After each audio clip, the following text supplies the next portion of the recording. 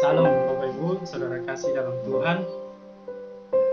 Saat ini kita akan sama-sama belajar tentang kebenaran firman Tuhan yang terambil dari Injil Matius pasalnya yang ke-7 ayat yang ke-24 sampai dengan 27. Demikian firman Tuhan. Dua macam dasar. Setiap orang yang mendengar perkataanku ini dan melakukannya, ia sama dengan orang yang bijaksana yang mendirikan rumahnya di atas batu. Kemudian turunlah hujan dan datanglah banjir. Lalu angin melanda rumah itu, tetapi rumah itu tidak rubuh sebab didirikan di atas batu.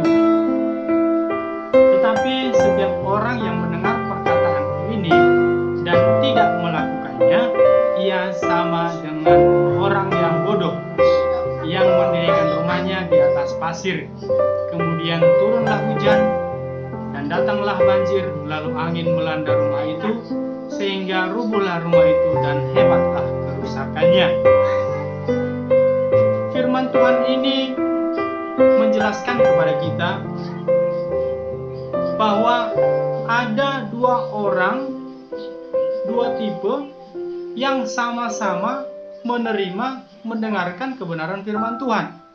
Namun mereka memiliki respon yang berbeda. Kalau orang yang pertama, dia mendengarkan firman Tuhan dan melakukannya. Dia melakukannya. Responnya ini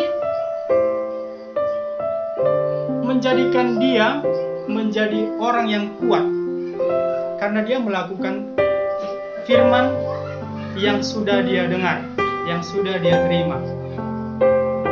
Sehingga ketika ada persoalan, ada masalah dalam kehidupan, dia bisa mengatasinya dan bahkan menyelesaikannya sehingga dia tetap memperoleh kemenangan. Namun tipe orang yang kedua, dia mendengarkan firman, namun responnya yang tidak baik. Dia tidak melakukannya, sehingga dia tidak berakar, tidak kuat. Karena firman yang dia dengarkan tadi, dia tidak melakukannya. Dia hanya anggap angin lalu. Sehingga ketika ada masalah di dalam kehidupannya, dia tidak kuat.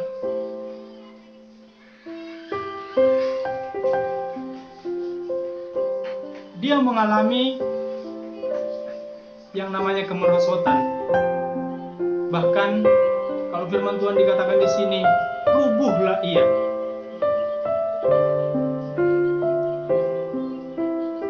Inilah yang membedakan antara orang yang berakar di dalam Tuhan dan orang yang tidak berakar di dalam Tuhan. Hal ini akan teruji ketika menghadapi persoalan. Orang yang berakar di dalam Tuhan, dia pasti kuat. Dia bisa menghadapi persoalan itu dan bahkan dia bisa menang dari persoalan-persoalan itu. Karena dia tahu betul ada kekuatan firman Tuhan yang sudah mengakar di dalam kehidupannya. Beda dengan orang yang kedua, yang akan mengalami masalah dan dia tidak kuat sehingga rubuhlah ia. Ini menjadi renungan buat kita sebagai orang-orang yang percaya kepada Kristus. Jangan sampai kehadiran kita mendengarkan kebenaran firman Tuhan setiap minggu atau bahkan mungkin setiap hari kita membaca Alkitab. Namun kita tidak berakar di dalam Tuhan. Pilihan ada di tangan kita.